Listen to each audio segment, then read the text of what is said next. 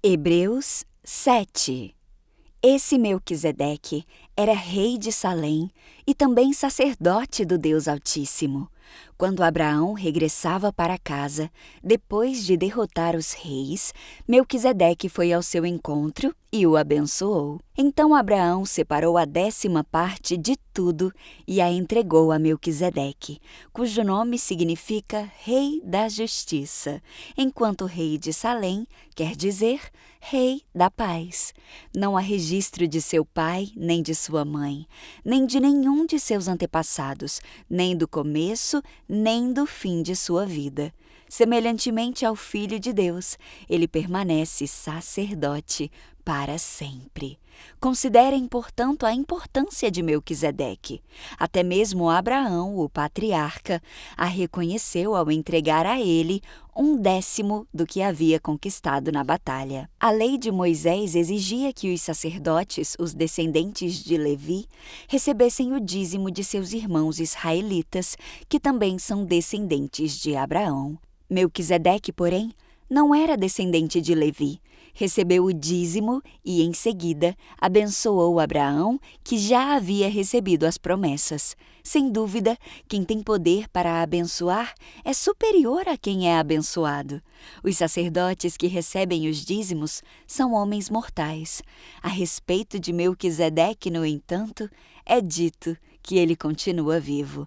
Além disso, pode-se dizer que os levitas, que recebem o dízimo, também o entregaram por meio de Abraão. Embora Levi ainda não tivesse nascido, a semente da qual ele veio já estava no corpo de Abraão, seu antepassado, quando Melquisedeque se encontrou com ele. Portanto, se o sacerdócio de Levi, sob o qual o povo recebeu a lei, pudesse ter alcançado a perfeição, por que seria necessário estabelecer outro sacerdócio, com um sacerdote segundo a ordem de Melquisedeque, em vez da ordem de Arão? E se o sacerdócio muda, também é preciso que a lei mude, pois o sacerdote ao qual estamos nos referindo pertence a outra tribo, cujos membros nunca serviram no altar como sacerdotes. De fato, como todos sabem, o nosso Senhor veio da tribo de Judá, e Moisés nunca mencionou que dessa tribo viriam sacerdotes. Essa mudança se torna ainda mais clara com o surgimento de outro sacerdote, semelhante a Melquisedeque, o qual se tornou sacerdote não por cumprir leis e exigências humanas, mas pelo poder de uma vida indestrutível.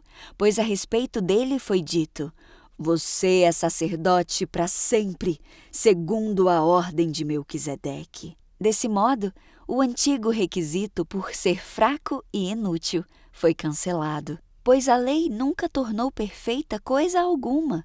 Agora, porém, temos certeza de uma esperança superior pela qual nos aproximamos de Deus. Esse novo sistema foi instituído com um juramento solene. Os outros se tornaram sacerdotes sem esse juramento. Mas a respeito dele, houve um juramento, pois Deus lhe disse: o Senhor jurou e não voltará atrás.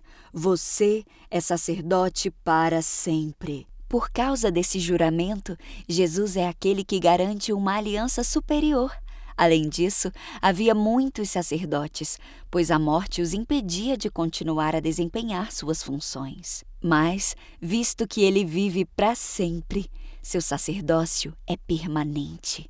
Portanto, ele é capaz de salvar de uma vez por todas aqueles que se aproximam de Deus por meio dele. Ele vive sempre para interceder em favor deles. É de um sumo sacerdote como ele que necessitamos, pois é santo, irrepreensível, sem nenhuma mancha de pecado, separado dos pecadores e colocado no lugar de mais alta honra no céu.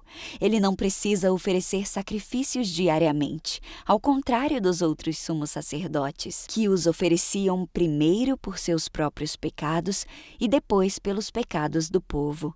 Ele, porém, o fez de uma vez por todas, quando ofereceu a si mesmo como sacrifício. A lei nomeava sacerdotes limitados pela fraqueza humana, mas depois da lei, Deus nomeou com juramento seu Filho, que se tornou o sumo sacerdote perfeito para sempre.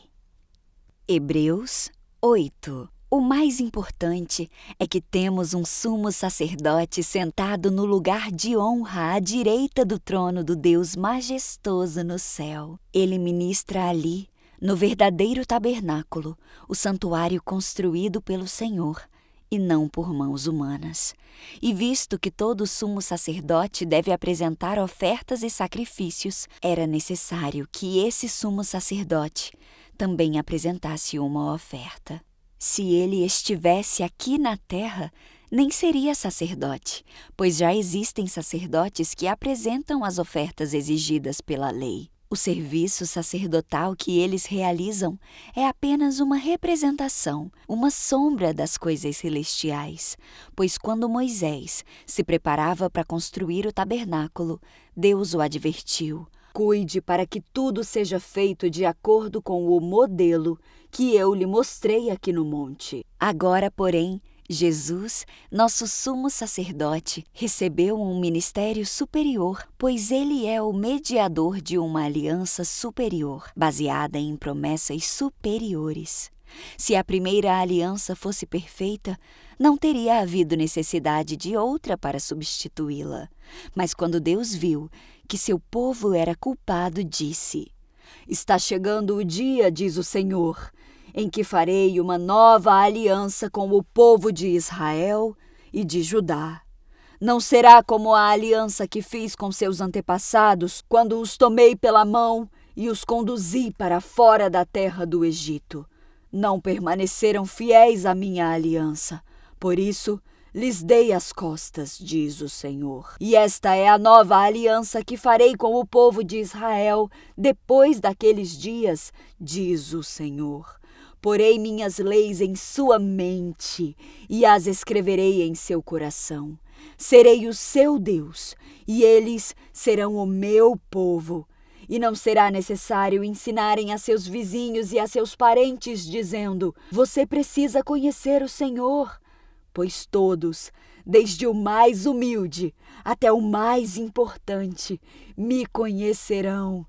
E eu perdoarei sua maldade e nunca mais me lembrarei de seus pecados.